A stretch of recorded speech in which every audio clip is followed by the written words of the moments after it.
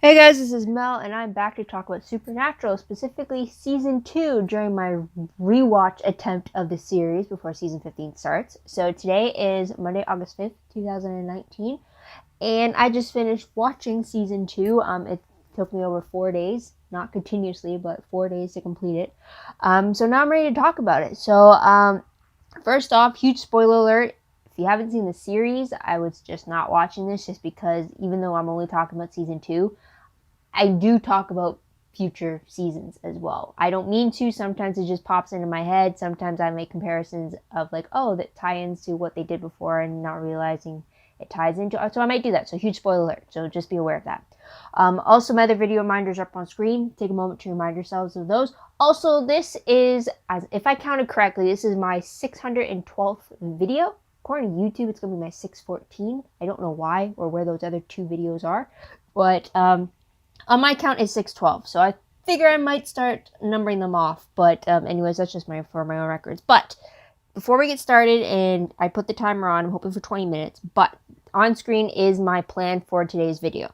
So we're going to talk about season basics, some episode thoughts, a few questions I had along the way, my random questions. And then a bunch of familiar faces is usually why I wanted to do a video in the first place. And then evil tally. So this is in particular when Jensen or Jared had to play a different character other than Sam or Dean. So that's kind of where that ties into it. And then my observations. But also as well, I didn't plan on this, but there was some news that dropped about season 15. So I will talk about that at the end of the video. So I hope you stay tuned for that. Or if you want to click to the very end of that, I don't blame you. But so with that said, I'm going to start the clock with 20 minutes. Let's hope I do it, and let's start with those basics. So, Season 2 first premiered between 2006 and 2007. It had 22 episodes. Again, I've watched them over the span of 4 days. Pretty much the premise of Season 2 was the fact that, well, my description of it is that after mourning the loss of their father, Sam and Dean try to finish what he started by destroying the Yellow-Eyed Demon once and for all. And season 2 pretty much picks up immediately from where season 1 had left off, and that is with the car crash with the Impala just after their encounter with the Yellow-Eyed Demon. So, as I said before, on screen there will have the titles of the 22 episodes. And while I was making the list and trying to remember all the names, I did get 20 of the 22 correct. The other ones were due to spelling mistakes or rearranging words. But I'm pretty sure that future seasons, I'm not going to be able to do anything with titles because they're just getting so long by this point. But I'll be able to pinpoint which episode certain things happen. So there's that. So with that all said, let's get right into specific pinpointed marks for the episodes that I wanted to bring up. With the 201, we do see Dean's mindset about using magic to heal himself being very different to when we had to deal with it back in 112. So that was a huge thing you notice, especially when you're rewatching everything back to back. So there's that. We also have quotes like, "You always have a choice," and then especially when Dean was talking about fate. Also, another quote that made me laugh was that "You can't kill death," and which was ironic coming from Dean since he is the one that does kill the Death Horseman back in the end of season 10. So that was pretty ironic there. Also, you talked about living on borrowed time. That originally had me flash back into Dark Angel, specifically episode 212, when Jensen's character Alec talks about living on borrowed time. So that was a huge callback there for me. In episode 202, we do get the quote of "John was like family once" by Ellen. I would have wished that kind of expanded. I mean, they kind of go into in 206 why there was a falling out, but I would have loved, because if John was like family once, I still don't understand why Sam and Dean were never told about Ellen, why they were never introduced to her while they were still considered family. I can understand why they would have cut ties after the falling out between John and the Harvells, but like to not have any knowledge of them, that was pretty surprising for me. So there's that. 203. This is where we can find out about the hunter grapevine from Gordon saying word travels fast. You know how hunters talk. And Dean just looks at Sam and then replies, "No, we don't actually." This is actually kind of like a run-on thing. I find that they're so out of the loop. Not only in the beginning, but like when, I think in season 12, when they had that funeral that they went to and all the hunters were around, and then they just started realizing that they were stories about them going around the hunter circle, and then they're just unaware of it. So that had me remembering about that as well. Also, just a thing, the farmhouse that the vampire nest took place in, where Gordon had that confrontation with the brothers. is that Bobby's place once again? Because I could have sworn certain angles made it look like specifically from Bobby's place, just a little decorated differently, but I'm wondering about that. And then also the very last scene of the episode, it's something I didn't understand, but it's a great shot. And it's Dean looking over his shoulder while he's at the Impala, his hands on top of the roof. It kind of looks like he's looking at the camera, but I don't get what was that for, because he's looking over his shoulder, and usually you would think he's looking over his shoulder because there's something attracting his attention. But the only thing attracting his attention is the fact that the camera's there. So it's like, why is he looking in our direction? Or what's going on? It's just like, it's not like him looking off in the distance and like seeing Liam lost in thought. It's just like he's looking at the camera. Why is he doing it? I mean, it's a great shot for video editing and just for like cinematic reasons, but like logistically, it's like, why are you looking at me? Type of thing. So there's that. 204, we do get the continued repetition of what's dead should stay dead from Dean, and that's pretty much a theme throughout the whole season, understandably so, with what happened with John selling his soul to save Dean. Also, we do have Sam making the comment about possibly breaking his wrist, which we do see repercussions for from 205 to 211, where Sam is stuck wearing a cast on his right wrist. So that's something there. I do appreciate the fact that they had that little comment at the end of 204, just so that it explains why he has a cast, because as we know, Jared did break his wrist during that time, which I will talk about in observations a little later, so there is that. But for 206, this is funny, but the first victim of the episode, she gets scared by this jump scare of a ghost. I remember freaking out when that first happened. But when that scene happened, I immediately recognized her as Eve Tessmacher from Supergirl, and I kept calling her Baby Eve throughout her whole scene there. It's just so funny. But there's that. Also, with this episode, the whole ghost with H.H. Holmes, I believe he was the creepiest ghost at that time that I've seen. He was definitely more realistic to the point that he didn't look like he was a ghost. Like, a lot of their makeup effects on the show is really good when it comes to the ghosts and stuff. But, like, when you look at it, it's not like there's not like this sheen of like of a urethral thing around them. It just looks like someone that's very dirty and grungy, and he just happens to be there. So it's like he was very scary in that episode for sure, and I definitely got the vibes once again for him. Another thing for the end of the episode, the confrontation between Joe and Dean at the very end.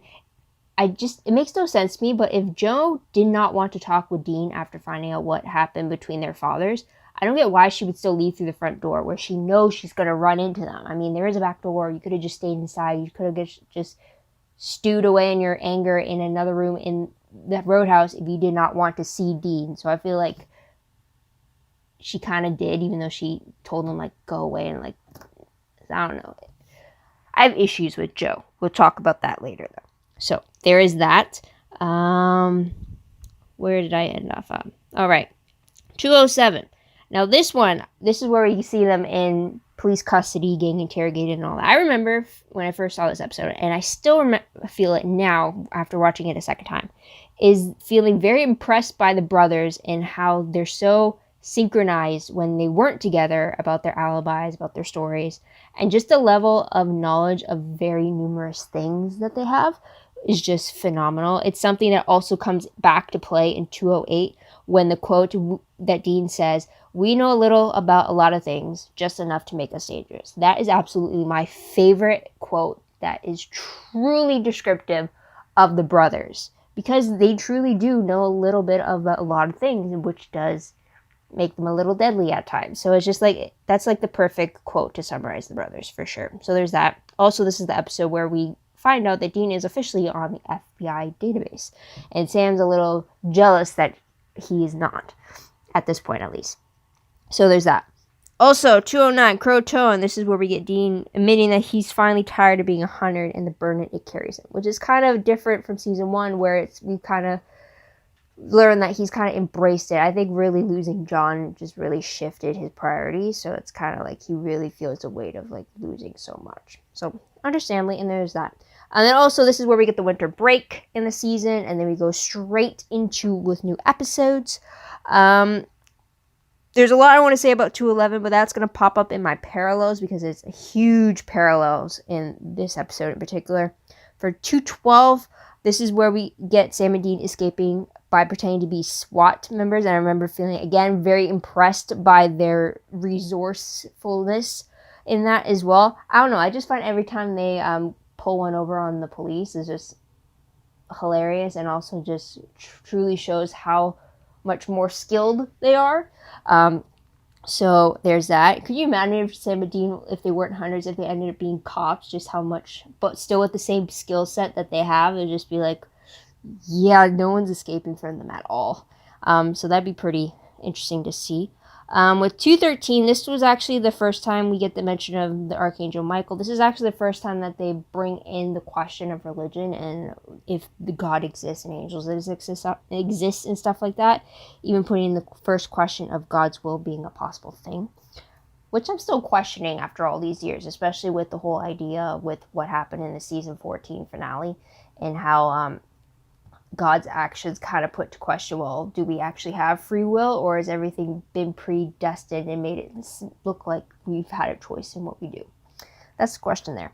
Next one I'd want to bring up is the fact that in 215, when we meet the trickster, I believe he's actually the first creature to actually escape the brothers that we've seen so far. I'm not including any demons, because, well, Meg kind of escaped from them until her end, and nope, I'll exclude demons, just leave it at that. 216, I have to say this episode did a very amazing job at their misdirect.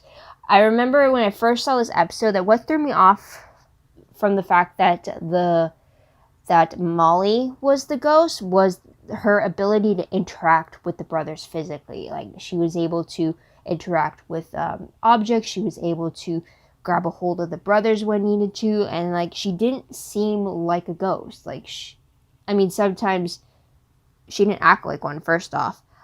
So like, I remember being very caught off guard when it was revealed that she was also the ghost as well that was haunting the road that she had to get rid of. So I remember being very impressed by that episode. So there's that. 217, I have to say, would have to be one of the most heartbreaking ones up to that point. Just because this was, when I first watched it, it was very emotional for me because of the impact that Madison's death would have on Sam. Madison was the first person he connected with truly after Jessica had passed. The first lady he was with since her death. So just to have the fact that he had to kill her because she was a werewolf. And just to see Sam's reaction from it, and then also to see Dean's reaction to Sam's reaction, they were all crying. So that just shows you how truly impactful it was for them. Also, this episode showed the first werewolf case they've had since they were kids. And Dean's very stoked about that, thinking that they're badass. But I will call into question the fact that how messed up is it of the request to have Madison ask Sam to be the one to kill her? I get not being able to pull the trigger herself. I get that. But to ask someone who cares for you deeply to do that for you and put that burden and put that weight of it on their shoulders, it feels so unfair. It's just like, it didn't feel right. It's just like, you're going to have them put that on them and live with the fact that even though it was what you wanted, they are still the ones that killed you. It's just like, no, that just feels messed up to me. So there's that. 218, this was the funny kind of meta episode where we're on a Hollywood set. But one thing they did kind of do an indirect comment of the fact that even though they're supposed to be in LA, the weather there was almost Canadian, drawing on the fact that they do film in Vancouver. So there's that. They also did a direct reference to Gilmore Girls being on the lot that the film that they were filming on. And it was just funny how, like, the tour guy was saying, like, if we're lucky enough, maybe one of the stars of Gilmore Girls will be able to see them. And then Sam and Dean are on this tour, and Sam's like uncomfortable and he wants to get off while Dean's excited.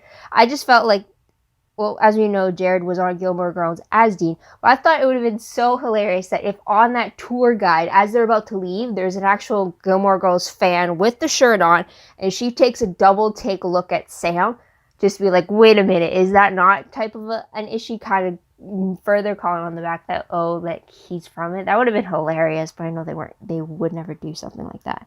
But just even mentioning it was just pretty cool. Those subtle little callbacks things are always funny as well. So there is that. Now 219 was another impressive one, because this is when they actually become inmates in a prison. And all for a case. So again, I love the fact that the brothers are beating the system, but I still don't understand why they did not just go undercover as one of the staff at the prison instead of getting themselves arrested and thrown in as inmates. I still don't get that.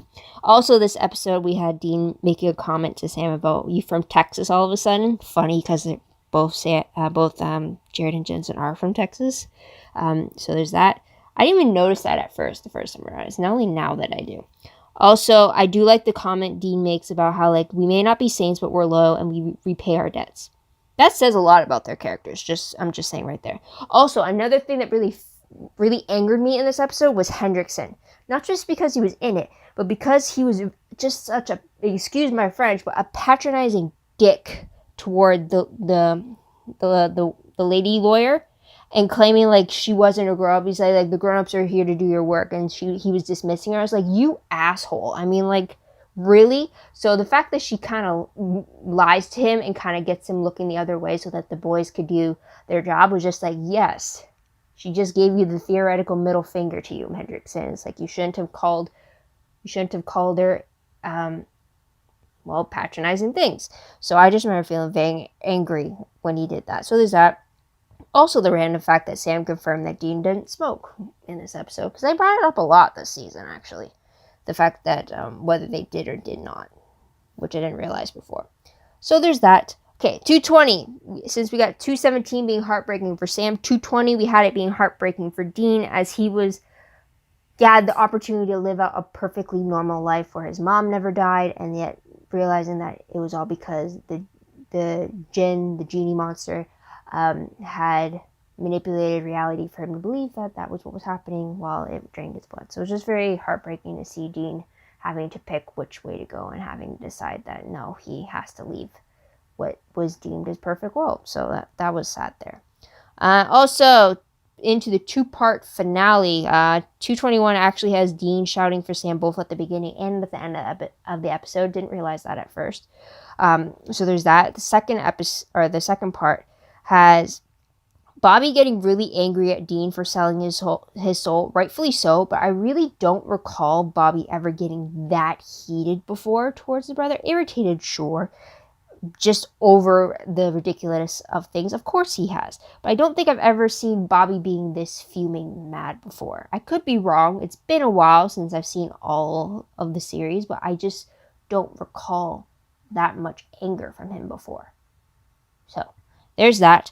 And also, when John escaped from hell, I also realized that I never questioned whether or not Mary escaped from hell, because, spoiler to 403, we do see in a flashback that Mary had actually made a deal to save John's life back in 1973.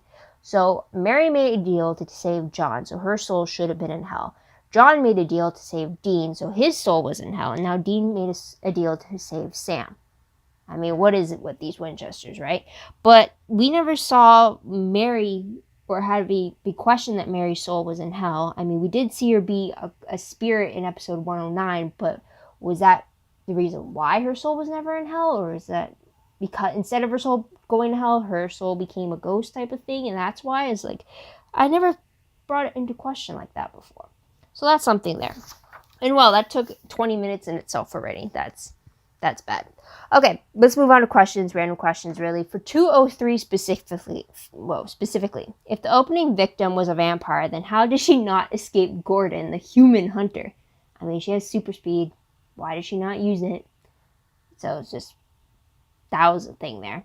Episode 206. Did we ever see ectoplasm on a ghost case ever again? I don't recall it, but that black goo now has me remembering the Leviathans in season 6. So that's something there. Another question, not tied to an episode, but why do hunters never wear gloves on their cases? I mean, not only would it stop the whole fingerprint issue, but the fact that things get pretty grimy on their cases, why not just help things out, keep things clean and stuff? Like, why do they not? So that's a question there. Also, another question. When there's a ghost or a haunting involved, are the moving objects just a scare tactic? I mean, as invisible beings, wouldn't they wouldn't need to move anything to get to their target? So is it just a scare tactic or what? Or just to show us that, like, there's something otherworldly there. I don't know. That's probably too much thought into it, but it came up. Again, random question.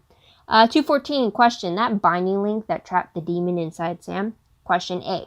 Why don't we see that ever happening again in the series? And 2. Shouldn't Sam have a massive scar from that burn in the binding link after the episode? Because it wasn't like it was a tattoo. It wasn't like it was drawn on his skin. It was literally like burned and etched into the skin to the point that Bobby had to use an iron poker to burn another mark to break it, or to break the mark, so that it undid the binding. So it's like, wouldn't Sam have a scar there? I mean, technically, with all the cuts and bumps and bruises they get, the boys should have a lot of scars on them. But this one in particular, it's a noticeable one that should be there, so I'm wondering why it's not. So there's that one there. Also, 217. With Madison and Glenn, the 2 werewolves in the episode, they didn't know that they were werewolves. But later on in the series, we have seen werewolves being aware that they are such creatures. And I'm wondering if that's a continuity issue where, like, they were always supposed to know, but they never did. Or is that more of an evolutionary one for werewolves, and the fact that they, very beginning, they don't know, and then the later on, because we do see subspecies of werewolves later on in the series. So I'm wondering if that is the reason why they are aware or not aware, but I'm just wondering why. I mean, I also kind of wish, now that I know about those subspecies, I would have wanted to see Madison turn out like Garth when it comes to like his level of awareness as a werewolf, and him choosing not eat human hearts as a werewolf and then turning only when he wants to. Just like, it kind of sucks that she had to die when she did. So there's that. There's the timer. Let's move forward, because I'm still not done at all. Next question, 218. How does a guy die by a massive fan if the fan has that protective grid around it? I mean, I can understand if your hand can fit through the grid, but how can your whole body get through and get sliced up? Another random question right there. And my last question for 219. Would they have grave desecration as a charge if they just filled the graves back up? I mean, sometimes I'm left wondering, do they just leave and not fill them up? Do they wait until it burns out and then they fill out the grave that they just dug up? Or like, how do they get tied in with the whole grave desecration unless it got caught in camera? That's what I don't know. But there's that. So let's move on to familiar faces, because that's what I'm paying attention to when I'm doing this rewatch. And actually for season 2, I actually picked up on 22 familiar faces, and surprisingly, it's not one from each episode. A lot of the episodes had multiple people that kind of showed up, so let's get right to it. So 201, we have Lindsay McKinnon. She played Reaper Tessa. Not only does she come back to play Tessa a couple of times in the show, but I have seen her as Taylor James on One Tree Hill, so there's that. 203, we have Sterling K. Brown, aka Gordon Walker. I recognize him as N'Jobu on Black Panther. Many people would recognize him from This Is Us. I have not seen the show, but I do know he is one of the stars there, so there is that. 205, we have Blue Manakuma, who played Dr. Jennings. I remember him from Halloween Town 1 and 2, and he played Gort. He's the one that collected everybody's lost trash, pretty much, if you can remember. So there's that. 206, we have Andrea Brooks, who played Katie Burns, the opening victim, and she's Eve Tessmacher from Supergirl. But Andrea also comes back for 811 to play Grolandria the Wicked. That's the LARPing episode. But Andrea also played Oakley on Jingle Around the Clock, which was a Christmas movie from 2018.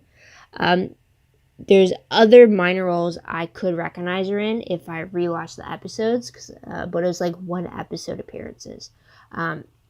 So there's that. Also from the episode, we have Lisa Marie Karuk. She played Teresa Ellis. She was the second victim in the episode. She returns in 615 as Trish Evron. I think that was the reporter, but that's in the French Mistake episode. But I remember her specifically as Leslie on The Haunting of Sorority Row, a film from 2007. So there's that. Now, 207, we have Linda Blair. That is Detective Diana Ballard. I never saw it, but everyone would recognize her from The Exorcist. I mean, Dean even comments on the fact that she looked familiar, and he made a reference of suddenly wanting some pea soup. Uh, so that's one there. But I do remember Keegan Connor Tracy, who played Karen Giles. She returns for 418 to play the publisher Sierra. But I remember her as, or I recognize her now as playing Belle in the Descendants trilogy from Disney. Also, she plays the Blue Fairy in Once Upon a Time. That one I've caught a few episodes of, but that is on my to watch later list for sure. So there's that. For 208, we do get 3 people in this episode that I recognize. First one being Alex Pernovic. He plays one of the victim's friends. He returns in 208 as well as 1115. So that makes him playing 3 different characters in the supernatural world. So there's that. I recognize him as Julius on Van Helsing, as Gustus on the 100, and he played one of the slabside guards in season 7 of Arrow. So there's that. Another person I recognize is Chrissy Lang. She plays the 1930s Crossroad Demon. She was actually in 107 as Taylor. So this is her second appearance in Supernatural. But she was actually Carly Diggle on Arrow. I don't know why I didn't recognize that back in 107, because I don't know. So there's that. And the second person, or third person, is Vincent Gale, who played Evan, one of the Crossroad victims. He returns for 310 and 1211, but I recognize him as Flesh on Van Helsing. It's actually funny because Vincent and Alexis are both on Van Helsing at the same time. So didn't realize that, but that was pretty cool. So there's that. 219, I have Nolan Gerard Funk, who played Jake Tanner. I recognize him as Cooper Selden on Arrow. He was Felicity's ex. Hunting Clarington on Glee. And specifically, I recognize him as Nico on the 2009 film Spectacular. It was kind of like a musical. That's where I mostly saw him from around that time, because he came as Hunter and Cooper later on. So there's that. Now, 211, this is the one that really stuck out to me. We got Annie Wershing, who's Susan Thompson, who was the motel manager there. I recognize her as Lily Salvatore from the Vampire Diaries. Like, immediately when I saw her, I was like, hey, that's Lily right there. She's actually she was one of the demons on Charmed in 620. That I didn't know. So I really have to go back and check that one out. But also we have Maitreya Fedor. She was the daughter, so Tyler Thompson. She actually returns for 215 as an alien. Really, you can't tell because she's wearing alien prosthetics and everything, but apparently. But I recognize her as Echo from the kids show Mr. Young. Don't know why don't ask why I watch that. It just pops up on my TV sometimes when I'm flipping. But I do recognize her from that. And then 217. This one, I recognize her from so many things, but this was Emmanuel Vaugier. Hope I said that right, but it's Madison. And I recognize her more from the Morgan on Lost Girl, but when this episode had aired the first time, I recognized her from Woodger Hill as Nikki. So there's that. We also have Tara Rothery. She was the medical examiner in the episode. She returns for 1016 as Oliviette, but I recognize her as Jean Loring on Arrow. I think she was the DA or the lawyer. I think she was the DA in Arrow.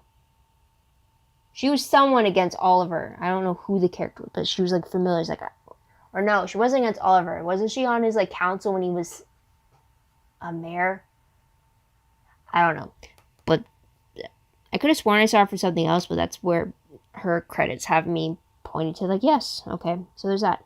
218, the Hollywood episode. We have Gary Cole, who is Brad, who was the hanging victim.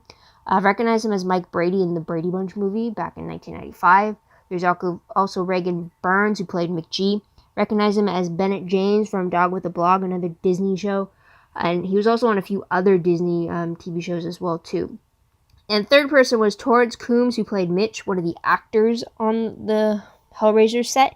Recognize him as Declan from the originals, as well as Bash from Rain.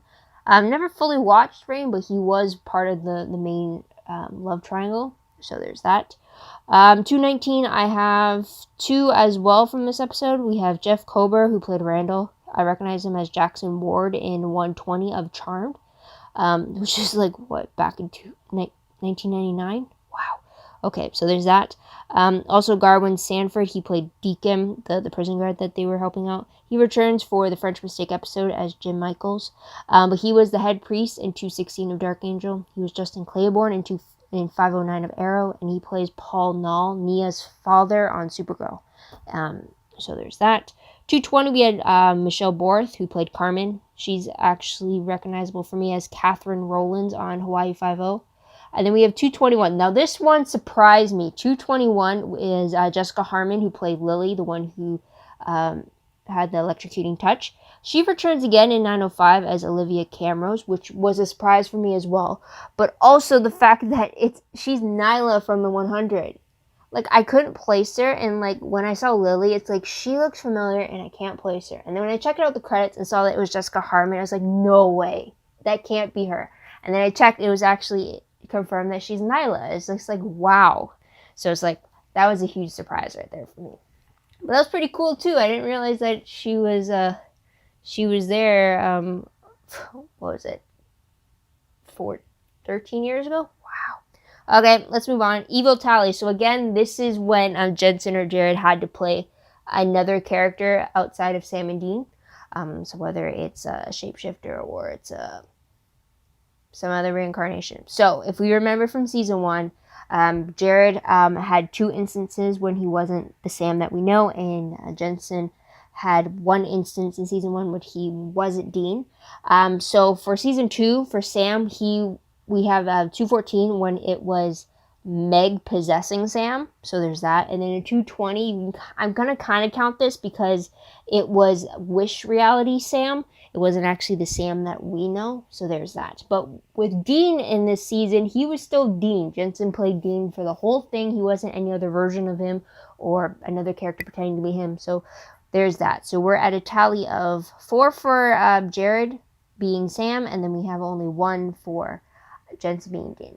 Because I truly think that out of the 2 of them, I think Jared has played more characters other than Sam than Jensen, I think. Or there's many different versions of Sam or of other characters that Jared has had to portray, while Jensen has always been Dean, or a layer of Dean, I think. I'm hoping this tally can help me confirm that, so we'll leave it at that. So let's get on to observations. Very quickly. It's probably not going to be, but I'll try. But we do get the then and now recaps instead of the whole, the long title card thing that we had in season 1. It is now the then title card and then the now title card. Also, the Supernatural title card has the red flames, kind of like the Azazel fire flames and stuff like that. It's also different songs during the montage recaps. I mean, 205 specifically had an instrumental theme, so I'm going to think afterwards to have that. 208 had ended the episode with a soon segment, which teased episode 209 and 210. I think that's the only times it's done that, I think. I don't know. We'll see when we rewatch this whole thing. But so far, that's odd. And then 221 and 222, we get the Road So Far title card. But 222 is the only one that plays the Carry On Wayward Son song with it. So there's that. Now, parallels. Parallels is what I really wanted to talk about.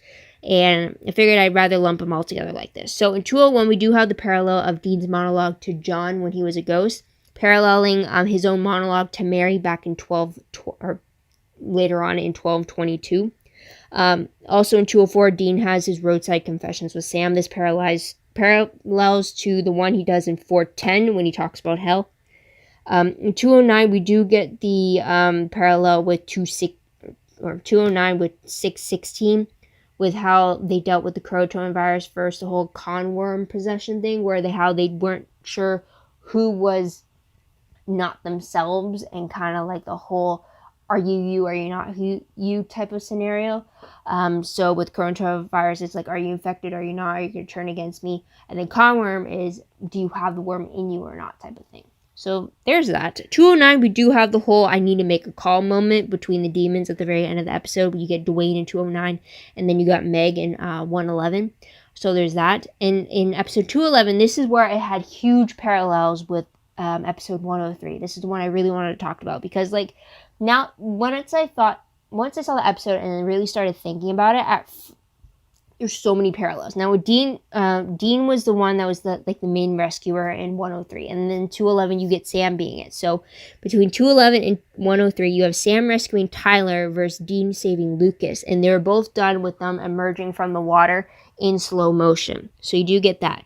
Also, the ghost connections themselves. You have Susan's mom in 211 and Andrea's dad in 103, both being connected to the ghost that was currently targeting their family, and both of those parents had sacrificed themselves to save their child and their grandchild from the ghost that was trying to kill them. So that's parallel there. Another parallel was the ghost connection themselves. Tyler was actually communicating with the ghost Maggie, while Lucas had this connection with the ghost Peter, with psychically connected to it, knowing those drawings and stuff like that. So there's that. Also, the thank yous at the end of the episode. While not the same on the degree of it, but you get Susan hugging Sam at the end of 211, while Andrea kissed Dean at the end of 103 as thank you for saving their kids. So I didn't expect it to be so heavily paralleled with each other, but really someone on Tumblr better go make a GIF set for it so I can find it and reblog it and connect it that way. So there's that. Another parallel is in 220, you have the break-in scene between the brothers, and it parallels with the pilot episode with the excuse of, I'm looking for a beer. So there's that. 222, you do get the ending scene paralleling with 101, again with the we've got work to do. It definitely parallels a bunch of other scenes later on in the series, but so far this one comes to mind chronologically. So there's that. Season themes, I did mention it briefly about the whole what's dead should stay dead, which kind of ties in with the whole survivor's guilt thing, specifically with Dean dealing with the fact that John had sacrificed himself to save Dean, and then Dean kind of thinking he's not supposed to be alive, so that's why he views giving his own soul up to save Sam is the only thing to do to set things right. So there's that. There's also talks about family legacy, as well as talks about sacrifice. Have they sacrificed enough, or have they already sacrificed enough? And then what's left to salvage their family type of thing. So that's kind of stuff there. Another observation I had was the fact that 201 was the first time we saw Dean being close to becoming a thing that he hunts, which is a vengeful ghost. I know he does. 605 comes to mind with the whole vampire thing, but this marks the first time he is on the verge of becoming what he hunts. So there's that. Also, briefly, I want to comment on the love-hate thing going on between Dean and Joe. We do see Dean being more terrified of Ellen, so that's why he doesn't pursue things a little further. You definitely see the whole back and forth going between them. You got a little bit of the flirting, then you got a little bit of the teasing, you got the banter, you got the kind of like the you shouldn't be here, your type of thing. But I definitely, despite this, I still find Joe's character very annoying. I mean, after all the characters we meet later on down the road in the show, she still annoys me like crazy. And it has nothing to do with the fact that she is set up as a potential love interest for Dean. It has nothing to do with it. It's just the way that they portrayed her character was just really annoying. Because in a similar fact, she's kind of set up in the same way that Charlie Bradbury in when she's introduced in season 7. Kind of similar with her journey as well, and how she doesn't have much experience, but she joins the life and stuff, and Dean's protective of her, but the way they portrayed that one I felt was a lot more different than what happened with Joe and Dean here. And I really can't think of it being because of the whole love interest aspect to it. That can't be the only reason why it's done this way. But I feel like for Joe, it's either it's pushed too hard for her to be portrayed a certain way, or it was just too fake. It was just awkward. So it's kind of why I didn't like her. Still don't like her now that I've rewatched it again, but I am still upset about what happened to her in season 5. But how do I say it? I definitely liked older Joe than this baby Joe, for sure. So there's that. Let's move on to John's backstory. We do find actually this season we do find a little bit more about characters and stuff like that. So with John's backstory, we do find out in 209 that he was part of the Corps. He was corporal status. He was part of Echo 2-1 Company. In 219, we'd find out that Declan had served with John, and that's why the brothers were doing this favor for him. Also with Dean's past, we did find a lot in this episode about it. In 203, he revealed at 16 years old, he embraced the hunter's life when he took on a case for the first time by himself. 206 revealed that when he was about 6 or 7, he went shooting for the first time with John, and he hit all the bullseyes. So there's that. 209, we revealed that he'd never gone to the Grand Canyon, despite his road tripping tendencies. And in 222, we find out that Dean tried to evade Sam's questions about the lifestyle when Sam was about 5 years old, so that makes Dean 9, because he was trying to get Sam to be a kid a little bit longer. So there's that. And speaking of Dean as well, we do see him have a lot of monologues. Very emotionally packed monologues too in this episode. 201, we have his ghost self doing it to John. 220, we have him talking to John's grave about why they have to be the ones to sacrifice everything. And in 222, we have Dean talking to Sam's dead body about failing him as his protector. And then finally, Dean has a lot of these monologues. I mean, specifically, I'm going back to, 1220 with Mary? Yeah, 1222 with Mary. It's just like I don't know, it's just very emotionally charged, and it's just like, he says a lot of stuff that like needs to be said in those moments too. But it's always a shame that the person he's telling it to is never hearing it, or they're not able to hear him. So it's just like, maybe that's why he's able to say all the stuff that he says, but it just would have been a lot better if they were able to hear it and respond to him. So there's that. Also, a thing I'm returning is all the cover stories that the brothers had to do. Specifically, the odd ones, I guess you could say, is 202 had the carnival workers, 203 had them reporters and doctors, 209 had them as federal marshals, and 212 had them as FBI, electricians, and SWAT. And I think more after that, they were trying to keep low-profile covers because now they're on FBI's radar, so they're trying to keep it downplayed. So there's that. Fingerprint precautions I'm bringing up again which was odd, was at 219. The brothers wore gloves when they were trying to get arrested to get into the prison, but every other time they don't wear gloves and they're trying not to get arrested. So it's just like, where's the logic in that? So there's that. And also, this is the last thing that I wanted to talk about, was Jared's injury. Due to the fact that he did break his wrist, Sam had to endure the same injury and have his cast from episodes 205 to 211. 212 is the first episode where he doesn't wear the cast. And oddly enough, I like this aspect, not because that Jared got hurt enough that he had to wear a cast, but because Sam was the one that also had to wear the cast, because it also just reinforced the danger they were in as hunters. It showed that they do get, because sometimes when it's just cuts and bruises and stuff like that, usually enough time has passed between episodes that like they're all healed up. We don't see any scars and stuff like that. So it's like, oh, they're all brand new type of thing. But with the cast being a recurring component for Sam for a few episodes, it just kind of reaffirms that their job could have them acquiring a lot more dangerous and longer lasting injuries. So on the one hand, it sucks that Jared got hurt, but on the other hand, I liked it that we got it for Sam, because it also just reaffirms pretty much how simple life was in the beginning and how a little more fragile they were, because once Angels got introduced, it's like, oh, he can heal you type of thing. You gotta use magic to do that and type. So it's like easy, like magical fixes after Angels were introduced.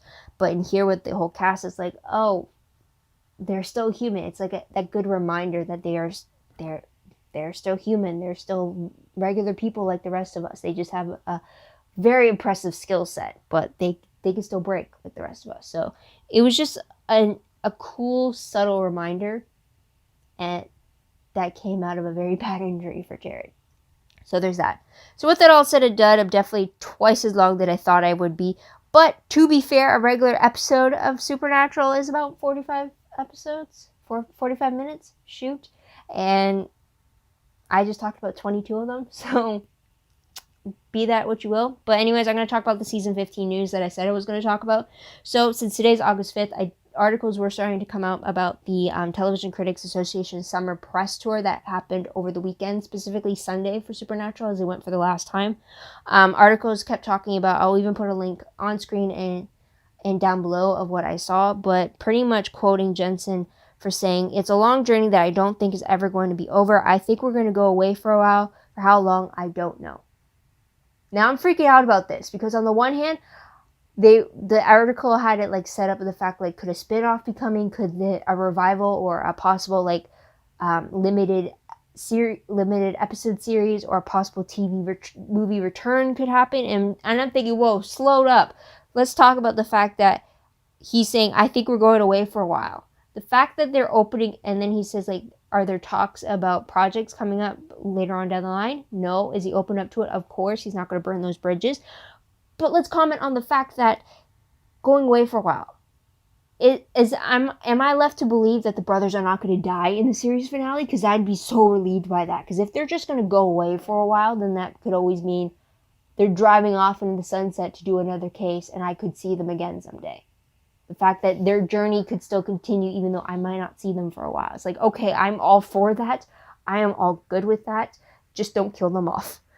But with the comment that he left at the press tour, it has me thinking along those lines, and the fact that, oh, they could just be driving off somewhere and we're just going to touch back with them later on down the line.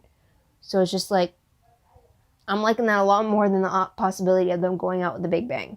So that's why I want to talk about it. I only read the one article, but I did see a few of the articles talking, like, title-wise, that they were mentioning about the same things. So I'll still link them above and below as well in the description box, so you can take what you will from that. But that's something I really wanted to mention right now. Because we are, just under 2 months away from the season premiere? Which is exciting in itself. But otherwise, that is pretty much it, guys. What did you guys think about my thoughts about Season 2? What were your own thoughts about Season 2? Whether you're rewatching it or you're watching it for the first time. If you're watching it for the first time, I really hope I didn't spoil anything for you. Chances are I probably did. Or hopefully you won't remember what I said when you actually come across those moments in the show. So let me know in the comments down below. Love to hear your thoughts, theories, and opinions about that. Again, quick reminder, I haven't seen Season 2 all the way through since 2006, 2007. So it's been a while. That's always nitpicking at it for a few episodes just for like certain writing moments. But it was very interesting watching it all back to back once again. Definitely brought up some things, a lot of questions, or maybe just like, oh, I forgot this little thing happened type of thing. So I'm wondering what you guys picked up on. Let me know in the comments down below. Love to hear your thoughts, theories, opinions about all that. Also, don't forget to like this video, subscribe to my channel, check out my other videos if you haven't done so already. If you want, check out my Tumblr page, link for that is down below. I read blog promos, web clips, quotes, GIFs, synopsis, news, all that good stuff, all found in one place. Go check that out. I am behind, fully aware. I hope to catch up soon. WordPress account link for that is down below. Anything I post online is connected to WordPress, a little more organized, a little more detailed, but still a work in progress as well. Also, live journal entry links are down below. I don't have it for the first 5 seasons, but season 6 and onward, I do have jot noted recaps of the episode as I watch them for the first time. It does help me keep things organized. It does help me track things a little better. I am behind in formatting the latest seasons, but I do have them recorded and they're on the website. They're just not able for you to see it just yet. It will take me some time to do it. But if that stuff helps you, go check that out. Otherwise, I would advise checking out SuperWiki. I'll put the link down below because that is a really good site to just categorize a whole bunch of things about the show. I go there for a lot of my reference checks and stuff like that. So check that out as well. And that's pretty much it, guys. So thanks so much for tuning in. Thank you so much for your patience. Thank you so much if you stayed to this point in the video. I truly appreciate it. Hope you come back next time to see what I have to say about the next episode, whether that's going to be my season 3 talks. Hopefully, I really need to get going with this binge watching thing. Like, again, I said less than 2 months before the premiere. Otherwise, it will be my premiere video. So let's hope for season 3, my season 3 video, which should be easier, hopefully. I don't know. I really got to cut this down. I'll work on that. But anyways, hope you tune in. Otherwise, check out my other videos for any other shows I comment on. My next new video would be about the season finale for the 100. Which will come out later on this week. But yeah, so I'm going to go. So this is Mel. Wish you a great day, great week, wherever you are. And it's time for me to go to bed. Bye, guys.